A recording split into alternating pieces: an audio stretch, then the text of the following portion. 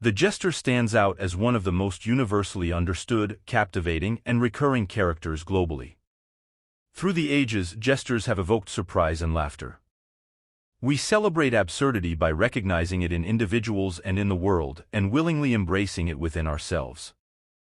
It stands as an enduring archetype inherent to each of us from birth. Many of us feel the void when the jester is absent from our lives. In our hectic and upright existence, we often take ourselves too seriously, striving ardently to conform to a society that glorifies workaholism, efficiency, and productivity, rendering us akin to mere cogs in a machine. As Shakespeare eloquently put it, all the world's a stage, and all the men and women merely players.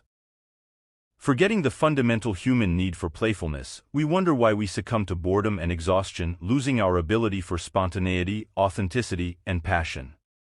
The remedy lies in allowing space for the jester archetype in our lives. To maintain balance and avoid excessive foolishness and irresponsibility, we must cultivate the sage archetype. The sage, while wise, acknowledges the limits of knowledge and can share a laugh at their own expense. Archetypes aren't components of a rigid system but rather facets of life itself, symbolic representations intrinsically linked to the individual through the conduit of emotions. The persona of the jester is intricate, with various traits attributed to them, perceived as dull-witted, inarticulate, and unable to conform to societal norms, yet possessing a natural simplicity and innocence of heart. The etymology of a fool traces back to the Latin phallus, denoting a pair of bellows expelling empty air. Applied to people, it implies a vacuous individual with insubstantial thoughts. Simultaneously, bellows provide the oxygen for combustion, akin to how the fool ignites inspiration. In 1511, Dutch scholar Erasmus published, In Praise of Folly, a widely embraced exploration of the fool in Western literature. Folly, personified, asserts her importance, claiming life would be lackluster without her. She critiques everyone, even prompting warnings to Erasmus about potential repercussions from the church. Yet even religious figures found the work amusing. In the realms of friendship and marriage, folly manifests as we overlook the flaws in our loved ones, considering them mere small vices compared to others.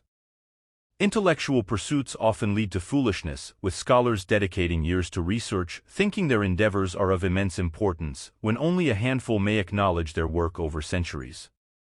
Folly likens philosophers to theater critics, unmasking characters on stage and disrupting the performance.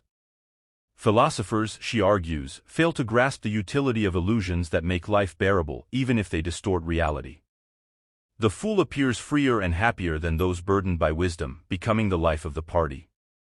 Fools, lacking the wisdom to craft lies, consistently speak the truth, making life happier through the joy accompanying laughter and play. Folly is not just universal but vital and desirable for humanity. To be human is synonymous with playing the fool, acknowledging this fact as the pinnacle of wisdom. The jester symbolizes a return to a simpler, heart-centered life. Sometimes, the simple-minded, in their purity of heart, uncover profound truths compared to those encumbered by learning and convention. Russian writer Fyodor Dostoevsky extols those who can, at least once a month, embrace the role of the fool, a faculty uncommon in contemporary times. Wise characters in literature may portray insanity while madmen express wisdom. The paradox of the wise fool emerges where the ostensibly foolish character becomes the possessor of wisdom. Accusations of insanity against wise individuals may serve to conceal uncomfortable truths or to silence bold voices. Socrates, the archetypal wise fool, based his educational method on exposing the folly of the supposedly wise. Knowledge of ignorance becomes a unique form of wisdom. As Shakespeare notes, the fool doth think he is wise, but the wise man knows himself to be a fool. There are two ways to be deceived: believing what isn't true or refusing to believe what is true. The fool often steps in to voice uncomfortable truths when those in power shy away. This act is almost heroic. The fool articulates truths others dare not utter, providing instant relief as people recognize the necessity of these truths.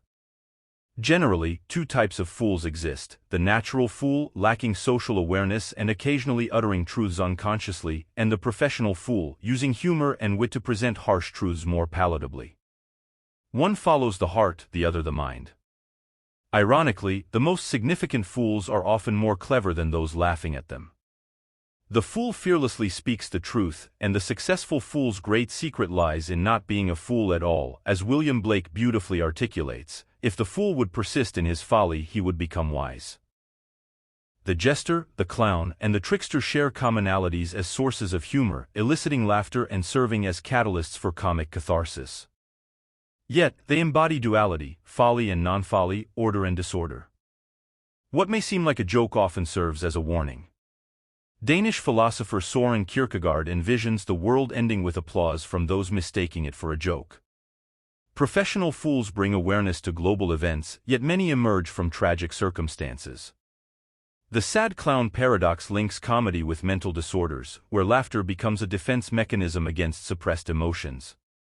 Clowns, often a source of horror, symbolize sacrifice in their constant pursuit of entertaining others. The clown's unceasing performance, always wearing the same face, takes a toll on mental well-being as they become enveloped by their darker side. The evil clown archetype, epitomized by characters like the Joker, portrays this descent into darkness. In medieval theater, clowns not only induced laughter but also symbolized a balance between light and dark by occasionally leading spectators into a hellmouth, a terrifying entrance to hell. The fool and the trickster differ psychologically. The fool is presented as innocent, while the trickster is intentionally deceptive and seeks to trick others for personal amusement. The trickster delights in schadenfreude, finding pleasure in others' misfortunes. In contrast, the fool prefers to laugh with others, fostering genuine connections. The act of laughing at oneself breaks down social barriers, allowing authentic behavior. While the fool entertains others and often becomes the subject of jokes, the trickster primarily entertains themselves, even at the expense of others. The jester possesses the ability to find humor even in challenging situations, spreading optimism to others. In tense environments, the wounded individual takes the daring step of cracking a joke, even if it means appearing foolish, not just to ease their own discomfort but also to provide relief to others. When someone assumes the role of a fool through outward actions, it becomes immediately evident to the audience. The trickster, on the other hand, operates in a more elusive manner, feigning foolishness to ensnare unsuspecting individuals. The trickster deceives those who never anticipate being tricked. In medieval times, the court jester's duty involved entertaining the aristocracy through various means such as music, storytelling, satire, comedy, juggling, and acrobatics. Belief in the protective power of a fool within premises was not mere outdated superstition but symbolized an enduring psychological truth. It is advisable to position the fool prominently where they can be observed. We must carve out space for the rebellious element within ourselves, welcoming it into our inner circle to bring forth fresh ideas and renewed vitality. Without the fool's direct observations and playful spirit, our inner landscape risks becoming a desolate wasteland. During the Middle Ages, the Feast of Fools marked the celebration by the lower clergy on New Year's Day. To safeguard society from unexpected eruptions of dormant destructive tendencies, all conventions were temporarily suspended. The natural order was inverted, sacred rituals were parroted obscenely, church authorities were mocked, and underdogs were permitted to release year-long repressions of hostility, lust, and rebellion. These blasphemous celebrations were eventually driven underground by the church. In royal courts, the fool played a crucial role, granted permission by the king to speak the unvarnished truth. Straddling the roles of insider and outsider, the fool occupied a unique position at court, able to mock the very person they served, albeit in jest. Anyone challenging others or the status quo is labeled a fool by those too fearful to speak out, unwilling to risk their reputation by embracing authenticity. To underscore their special privileges, jesters mimicked the king's crown and scepter with a cap, bells, and a bauble or fool's scepter. The miniature head of the bauble, like a ventriloquist's doll, could convey things the jester might hesitate to articulate. Due to their close ties with the king, jesters enjoyed immunity from punishment and spoke without fear. However, some pushed boundaries too far and faced beheading. Fools embody values rejected by the group, challenging social norms and rules. Perceived as incompetent, they are often ostracized for their rebelliousness, becoming social misfits. Yet every group requires such a figure as an agent of change, creating space for individuals disrupting foundational aspects of cultures. Court jesters often had physical deformities, emerging from impoverished families and becoming financial burdens. Yet their unusual bodies served as natural sources of amusement. Deformities were viewed as a divine mark, leading to dwarfs, hunchbacks, and similar individuals being chosen as fools in royal houses.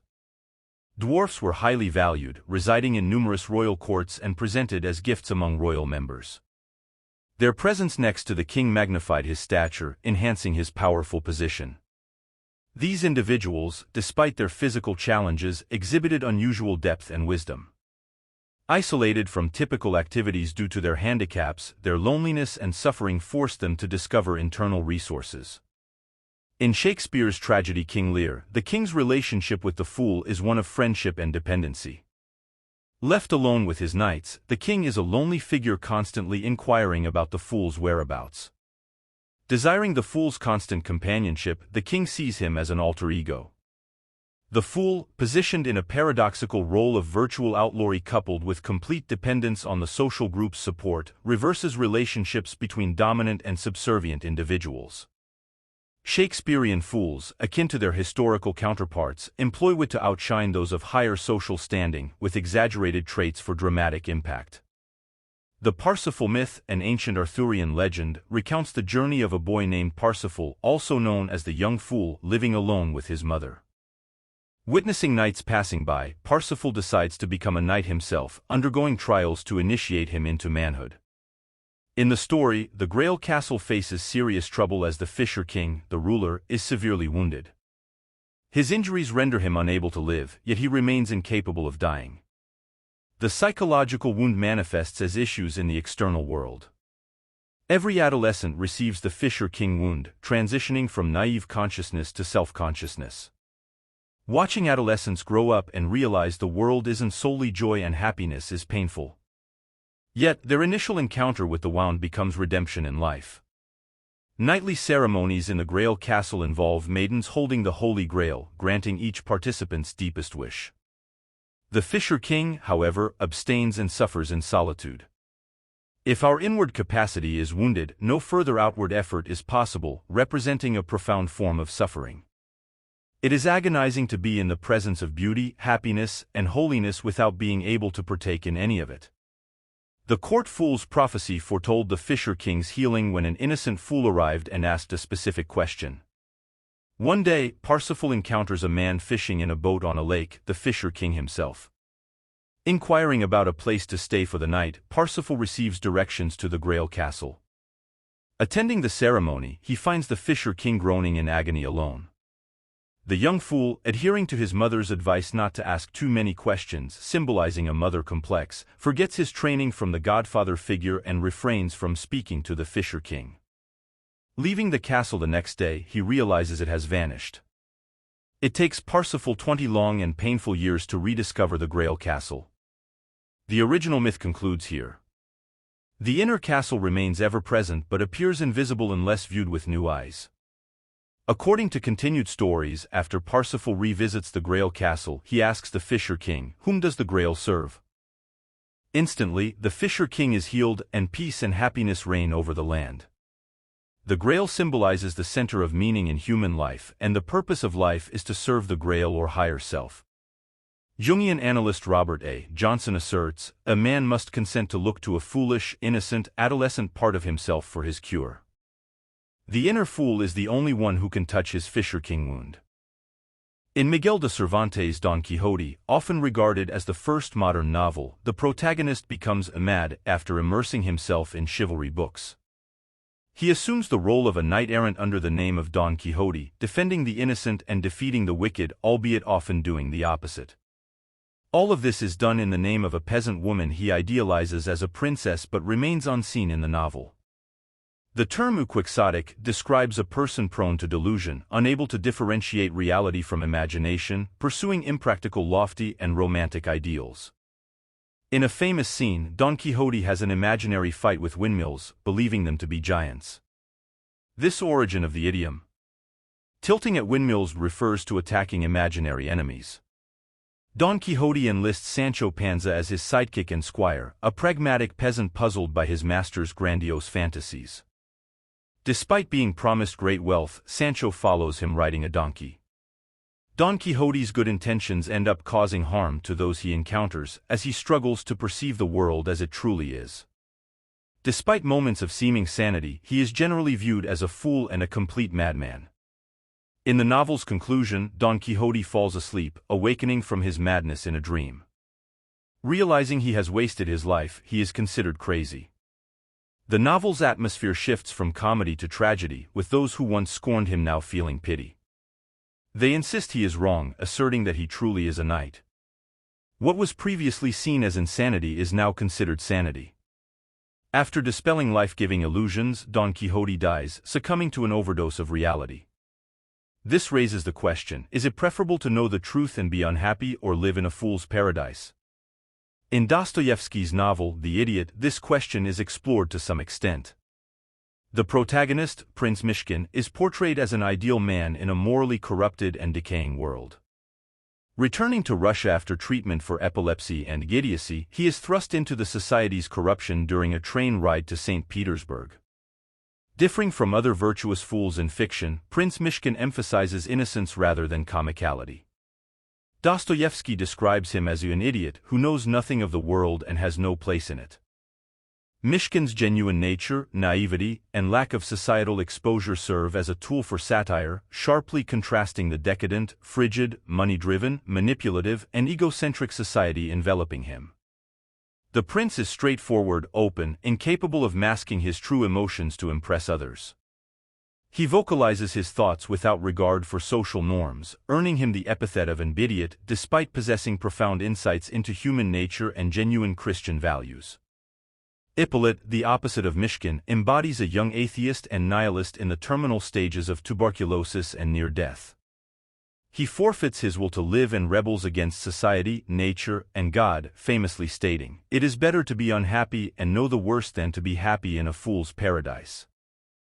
Prince Myshkin, however, fails to comprehend why someone would willingly choose unhappiness. Instead of engaging in philosophical discourse, the prince dedicates considerable time to sinners, serving as their moral and spiritual guide.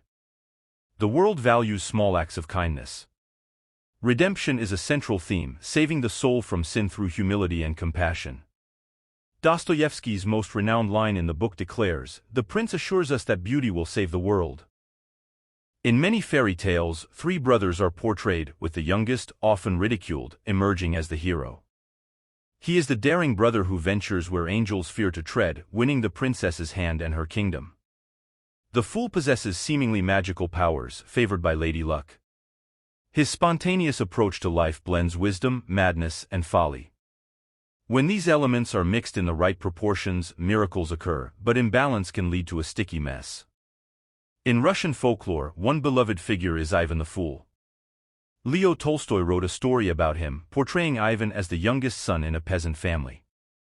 Despite being exploited for his naivety and kindness, Ivan lives a simple life, caring for his father and mute sister. When his brothers demand their share of the father's wealth, Ivan agrees, showcasing generosity. The old devil, observing Ivan's magnanimity and lack of conflict, sends little devils to tempt the brothers with greed and power. Ivan, struck with illness by the devil, perseveres, ultimately overcoming all obstacles. The three little devils fail to defeat Ivan, who, when granted a wish, innocently utters, "God bless you," causing them to vanish. Ivan can turn leaves into gold and conjure soldiers from straw. Choosing to share his wealth with villagers, Ivan marries the Tsar's daughter, turning the narrative on its head. The fool becomes the hero. In tarot, the fool, often depicted holding a white rose symbolizing purity, willingly sacrifices everything for the journey. Walking cheerfully, absorbed in adventures, the fool's dog tries to warn him of an impending cliff fall. Tarot, originating from 15th-century Italian illustrated playing cards, inspired by festivals, later became known as tarocchi, rooted in the term foolishness. Hence, tarot is also called the fool's journey. In the 18th century, cartomancy gained prominence, with the 78 cards divided into major and minor arcana. The fool, assigned the number 0, typically initiates the major arcana sequence, culminating in the world. As the journey toward wholeness ends, it begins anew, a lifelong process. The fool symbolizes both the beginning and the end, heroically leaping from comfort into the unknown. The fool's journey mirrors the hero's journey, involving a call to adventure, departure from the ordinary world, confrontation with fears, and acquisition of treasures. It signifies psychological and spiritual death and rebirth, leading to a more capable self. The hero returns to share acquired gifts, capable of healing. The fool, an eternal wanderer, embodies initiation into life's mysteries. The major arcana represents typical experiences along the path to self-realization, as Carl Jung termed individuation. Tarot cards, employing amplification in Jungian psychology, clarify dreams through comparative studies. The Fool's zero symbolizes infinite potential, echoing the Ouroboros, signifying endless return and eternity. The dot in Jungian psychology represents the ego, while the circle embodies the self, integrating consciousness and the unconscious. The Fool, depicted as the Joker in playing cards, undergoes symbolic transformations, oscillating between beggar, madman, and fool. The Visconti Sforza Tarot, believed to be the oldest surviving cards, portrays the Fool as a ragged beggar with feathers in his hair. The Sola Busca Tarot features a fool with a feathered headdress playing a bagpipe, while the German Hofamterspiel depicts a barefoot fool with a hood adorned with bells. The Mantegna Tarocchi portrays a semi-naked old man with a staff, labeled misero, beggar. Close to his instinctual side, the fool doesn't need to watch where he's going, his animal nature guides his steps. In an ancient French tarot card, the fool is depicted blindfolded, highlighting his capacity for intuitive action rather than reliance on eyesight and conventional logic. In an aged Swiss card, the fool sports a complete jester attire and wields a wand. In subsequent card decks, like the Tarot of Marseilles from the 17th and 18th centuries, the fool dons a jester hat, carries possessions on a stick over his back, and is pursued by an animal that has torn his pants or joyfully chases a butterfly. The widely recognized image of the fool teetering on the brink of a cliff is found in the Rider-Waite Tarot deck from 1909 by the Rider Company. Illustrated by Pamela Colman Smith and influenced by British poet and mystic Arthur Edward Waite, both associated with the Hermetic Order of the Golden Dawn. Psychologically, the Fool archetype signifies a precursor to transformation, symbolizing a fresh start.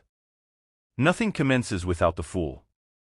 Inventors and geniuses have almost always been regarded as no better than fools at the beginning of their careers, and very frequently at the end of it also. Shoshin, a Zen Buddhist concept denoting a beginner's mind, opposes closed-mindedness and self-professed expertise. The beginner's mind harbors numerous possibilities, while the expert's mind entertains few.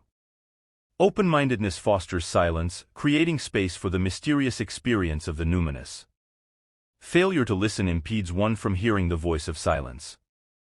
Our senses possess vast potential but are constrained by lack of refinement. Jung asserts, the soul demands your folly, not your wisdom. Embarking on a self-discovery journey is conventionally considered foolish. The prescribed linear life path, education, work, marriage, deems deviation as foolish, foretelling poverty and misery. The initial step, often the most challenging, holds utmost importance. As the Chinese proverb goes, a journey of 1,000 miles begins with a single step. The fool envisions wonderful adventures and is less anxious about errors, urging us to live fully. Overthinking breeds stagnation, driven by the fear of uncertainty. To avert anticipation-induced suffering, some prefer failure over potential success. Overthinking causes anxiety, with more suffering in imagination than reality. Failure, however, can unveil unforeseen opportunities. In filth it will be found, as alchemists say. The fool, unaware of the challenges, lives in the moment, unafraid of change or exploring the unknown. Reality is seen as it is, and the fool, regardless of stumbles, persists. The journey, not the end, holds significance. We shall not cease from exploration, and the end of all our exploring will be to arrive where we started and know the place for the first time. While the fool possesses positive traits, stubbornness may hinder reflection, causing a fall from the cliff's edge. The fool often stands on this precipice, where the protective intuitive voice turns judgmental. Conformity and the dark side of the fool lead to playing it safe, sacrificing true desires for societal acceptance. Unconsciousness of the inner fool fosters jealousy, resentment, and shame. In the journey toward individuation, the fool embodies initiative and resistance. Connected to the child archetype, the fool brings childhood energy into adult life, avoiding the pitfalls of unrealistic fantasies and a prison-like existence. The fool, related to the child archetype, follows instincts over societal dictates. Light-hearted and optimistic, the fool does not take life too seriously. Friedrich Nietzsche notes the maturity of regaining childhood playfulness. Marie-Louise von Franz equates the fool with the inferior function, representing the least developed psyche aspect. Beyond psychology, the fool assumes a religious role, bridging everyday and imaginative realms. The fool hero represents the ridiculed and unadapted part, serving as a bridge to the unconscious and holding the key to an individual's totality. The fool is unstoppable, threatening authorities and powers that control the world. Everyone is worthy of God's love, with the potential for spiritual growth. Being a fool for Christ's sake rejects worldly wisdom for a religious and ascetic life, even amid potential humiliation. The fool precedes the Savior, and if any man among you seemeth to be wise in this world, let him become a fool, that he may be wise.